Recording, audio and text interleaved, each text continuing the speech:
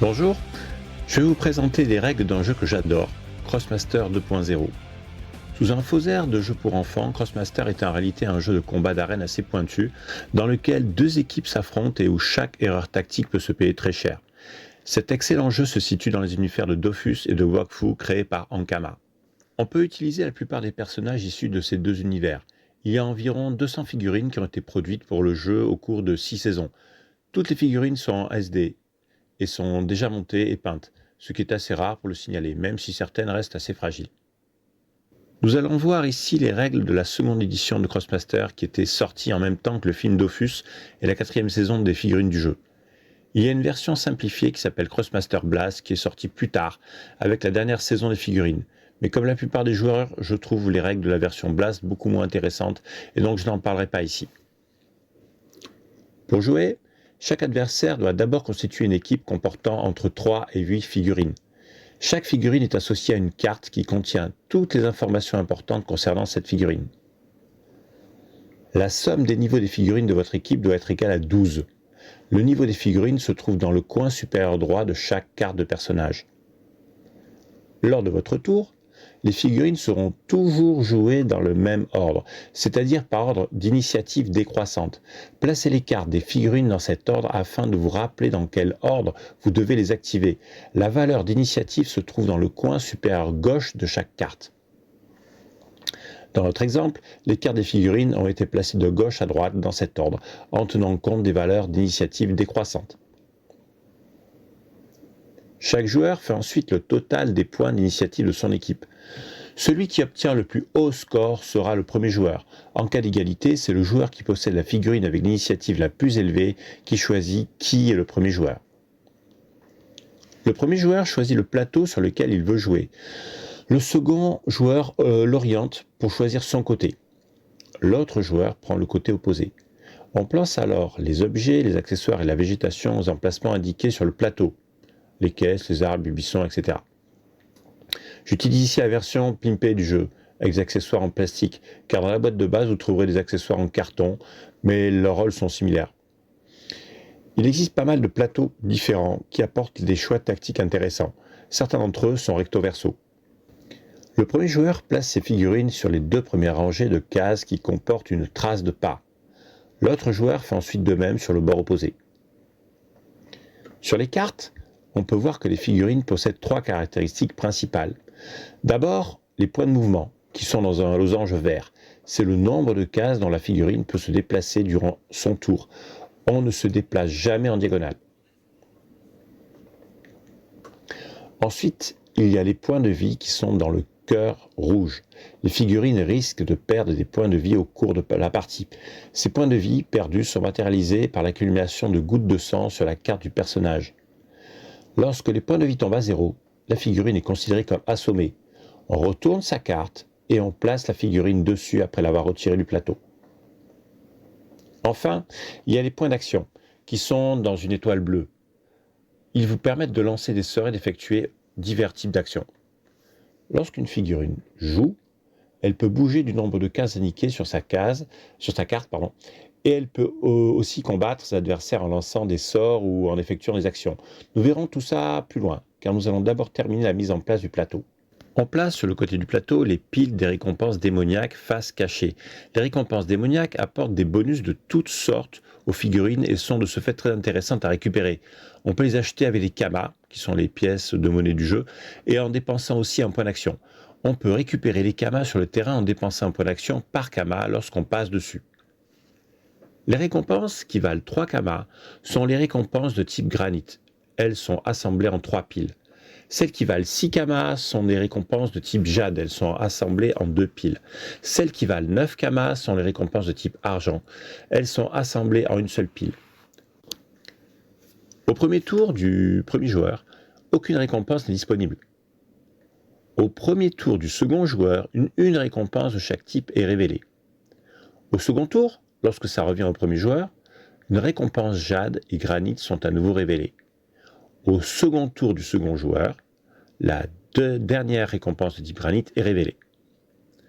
Lorsqu'on achète une récompense démoniaque, on l'attribue face cachée à un des personnages. On peut l'activer lorsque le tour de ce personnage arrive. Certaines de ces récompenses sont des boots. Elles sont sur fond noir et sont défaussées aussitôt après avoir été utilisées. D'autres récompenses sont des buffs.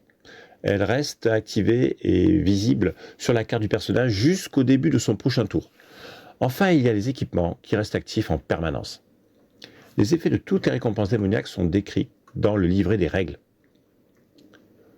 Au début du jeu, chaque joueur possède 6 jetons appelés les galons de la gloire, que l'on nomme en abrégé GG. Il existe un jeton GG solitaire placé entre les deux piles des jeux de GG des adversaires, que l'on appelle le GG sauvage. Le vainqueur de la partie est celui qui réussit à réduire le nombre des GG de l'adversaire à 0. Il y a plusieurs manières de prendre un GG à son adversaire, mais la manière la plus courante consiste à mettre KO une figurine adverse. On récupère alors autant de GG que le niveau de la figurine vaincue en commençant par prendre le GG sauvage, s'il est encore disponible. Exemple, si la figurine de Baccarat qui est de niveau 4 est mise KO, le joueur qui l'a vaincu prend le GG sauvage, s'il est encore disponible, puis il prend 3 GG à l'adversaire. Ou bien, si le GG sauvage avait déjà été récupéré avant, il prend directement 4 GG à son adversaire. Au cours de son tour, chaque joueur va faire jouer toutes ses figurines dans l'ordre décroissant de l'initiative, avant de laisser la main pour le tour de l'adversaire. La partie prend fin lorsque l'un des deux adversaires a perdu tous ses GG. Au début du tour d'un joueur, celui-ci lance 2 dés. Ce sont les dés de tension. Cette action n'est pas effectuée au premier tour du premier joueur, mais effectuée ensuite au début du tour de chaque joueur. Ces dés peuvent être ensuite placés sur une des cartes de figurines pour leur donner des pouvoirs supplémentaires. Mais un joueur peut aussi revendre les 2 dés contre 3 kamas. Il peut aussi décider de relancer un seul dé sur les deux et le placer sur une carte de ses figurines, ou bien le revendre pour un kama. Si le résultat des dés est identique et que le joueur le garde, alors chaque adversaire perd un GG, ce qui dans certains cas peut mettre fin à la partie si c'est le dernier que possédait un des joueurs. Si on place le dé sur une carte de personnage avec le résultat critique, cela indique que la figurine gagne le pouvoir critique pour ce tour-ci. Si on place le dé sur une carte de personnage avec le résultat armure, cela indique que la figurine gagne le pouvoir armure pour ce tour-ci. Si on place le dé sur une carte de personnage avec le résultat tacle, l'aimant, cela indique que la figurine gagne le pouvoir tacle pour ce tour-ci. Si on place le dé sur une carte de personnage avec le résultat esquive, la botte, cela indique que la figurine gagne le pouvoir esquive pour ce tour-ci.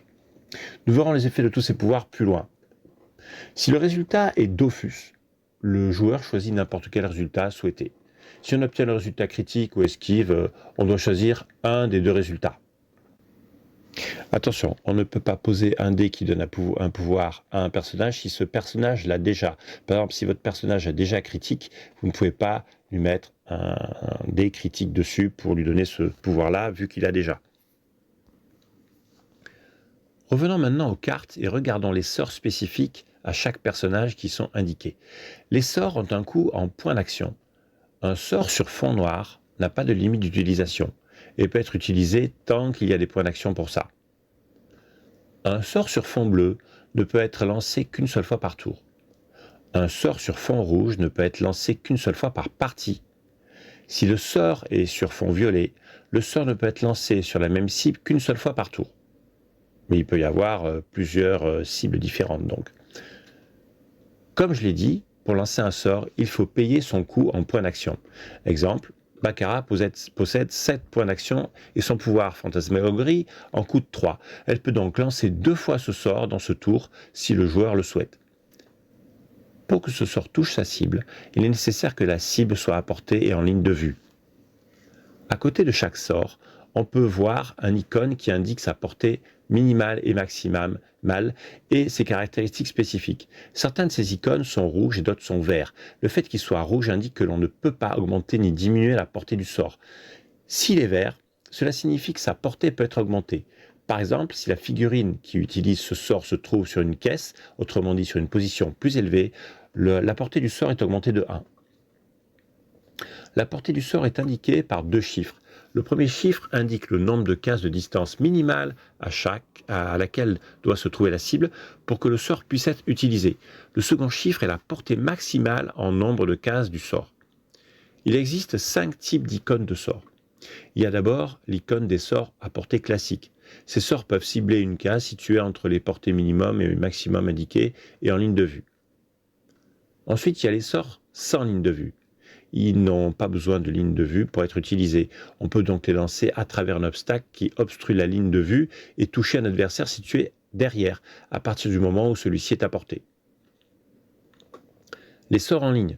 Ces sorts ne peuvent cibler qu'une cible située sur la même ligne ou la même colonne que le lanceur.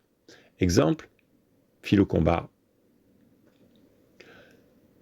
L'icône de sort de corps à corps représente un point. La cible doit être située sur une case adjacente pour subir le sort. Enfin, l'icône des sorts personnels. Ces sorts sont lancés sur la figurine elle-même. Il y a parfois des textes sous les sorts qui donnent des indications sur des effets éventuels subis par la cible. Mais un personnage insensible, comme Judith, ne subit pas les effets de ces textes. Les effets de zone. Alors certains sorts ont des effets de zone, c'est-à-dire qu'ils vont pouvoir impacter plusieurs cases avec la même attaque. La disposition des cases touchées est différente en fonction des noms des zones. Exemple, une zone pelle impacte la case adjacente, mais aussi la case suivante. Les différentes zones possibles sont répertoriées au dos du livret des règles. On ne lance les dés qu'une seule fois pour l'attaquant, mais chaque personnage qui subit le sort s'en défend séparément. En bas de la carte sont indiqués certains pouvoirs et certaines caractéristiques dont il faut tenir compte. Le pouvoir critique. Le personnage lance un dé supplémentaire lors de son attaque. Le pouvoir armure. Le personnage lance un dé supplémentaire lors de ses jets d'armure. Le pouvoir tacle. Ce personnage lance un dé supplémentaire lors des jets de tacle. Le pouvoir esquive. Le personnage lance un dé supplémentaire lors des jets d'esquive.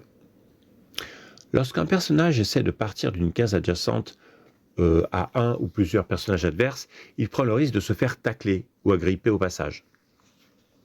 Il pourra se défendre avec un jet d'esquive contre toutes les tentatives adverses sur son trajet.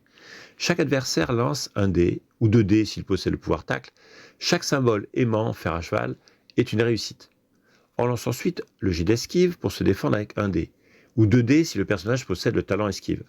Chaque résultat botte est considéré comme une réussite.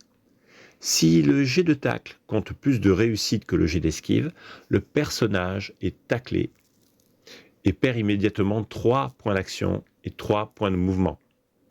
Si le nombre de réussites est identique, le personnage est agrippé et il perd immédiatement 1 point d'action et 1 point de mouvement. Les pouvoirs résistance sont liés à un élément, air, eau, feu ou terre. Lorsqu'un personnage subit une attaque d'un sort lié à un des éléments et qu'il possède le pouvoir résistance, justement lié à cet élément, il subit 1 dégât de moins. Les pouvoirs agilité, force, chance et intelligence sont liés à un élément. Agilité est liée à l'air, force est liée à la terre, chance est liée à l'eau et l'intelligence est liée au feu. Si un personnage possède un de ces talents et lance un pouvoir lié à l'élément en question, il lance alors un dé supplémentaire lors de son attaque. Exemple, Baccarat possède le talent intelligence qui est lié au feu, et son pouvoir fantasmagorie est aussi lié au feu. Elle lance donc un dé supplémentaire lors de cette attaque.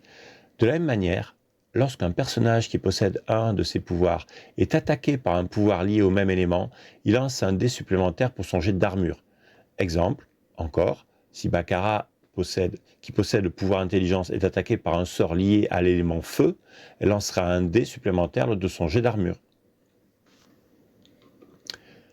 Les sorts d'attaque ont des points de dégâts de base indiqués sur les cartes.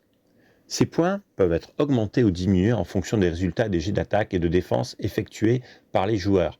Le joueur contrôlant le crossmaster attaquant lance un dé. Il lance un dé supplémentaire s'il possède le talent critique. Chaque résultat critique est une réussite. Le personnage qui subit l'attaque lance un dé pour se défendre. Il lance un dé supplémentaire s'il possède le talent armure. Chaque résultat armure est une réussite. Je rappelle qu'un résultat Dofus peut être considéré comme le résultat que l'on veut, critique ou armure dans le cas d'un combat, selon que le joueur attaque ou défend, et que certaines faces laissent le choix entre 2 résultats possibles. On fait le total des réussites de chacun. Si c'est l'attaquant, il inflige un dégât supplémentaire au dégât de base du sort. Si c'est le défenseur, il soustrait 1 point de dégâts au dégât de base du sort. En cas d'égalité, cela s'annule et seuls les dégâts du sort de base sont comptés. Exemple de résolution de combat. Judith attaque Baccarat au corps à corps en utilisant son sort Hypermage. C'est un sort lié à l'élément air, mais cela n'a pas d'importance ici car Baccarat n'est pas résistant à cet élément. C'est un sort de zone qui coûte 3 points d'action et qui va impacter la case où se trouve Baccarat, qui sera la cible principale, ainsi que les 3 cases situées derrière en ligne perpendiculaire à l'attaque. Mais il n'y a personne dans ce cas. L'attaque fait 1 dégât de base supplémentaire sur la case de la cible principale. Judith possède le pouvoir critique. Le joueur qui la contrôle lancera donc 2 dés d'attaque.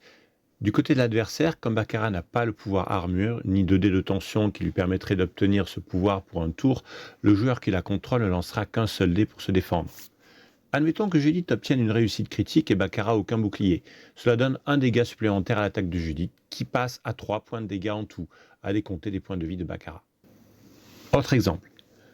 Baccarat attaque Hatcham en utilisant son sort fantasmagorie qui coûte 3 points d'action et qui fait 1 dégât de base.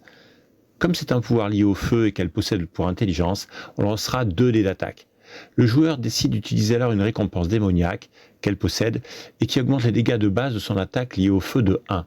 Hatcham ne possède pas le pouvoir d'armure. Il lance un seul dé pour se défendre. Baccarat obtient 2 réussites critiques et Hatcham une seule réussite avec un bouclier.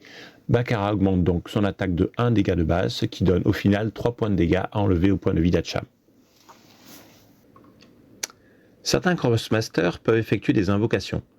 Les pions invocations sont de plusieurs types et sont mis en jeu grâce à des sorts d'invocation. Les plus courants sont des pions mobs. Les invocations de type mobs mettent en jeu des créatures qui ont aussi des points de vie, des points de mouvement et parfois des points d'action, et des sorts et parfois des pouvoirs. Exemple, le Bouvetou royal peut invoquer des Bouvetous. Les Bouvetous ont 3 points de vie, 3 points de mouvement et un sort d'attaque au contact qui fait 1 point de dégâts de base. Les mobs jouent juste après le personnage qui les a mis en jeu. Parmi les invocations, il y a aussi les pions mécanismes. Ils n'ont pas de pions de points de mouvement et ne peuvent pas tacler. Il y a les pions bombes, les pions pièges et les pions stèles, par exemple, chacun suivant des règles bien spécifiques. Voilà, j'ai fait le tour des règles de cet excellent jeu. La meilleure manière d'apprendre, c'est d'y jouer. Merci de votre attention.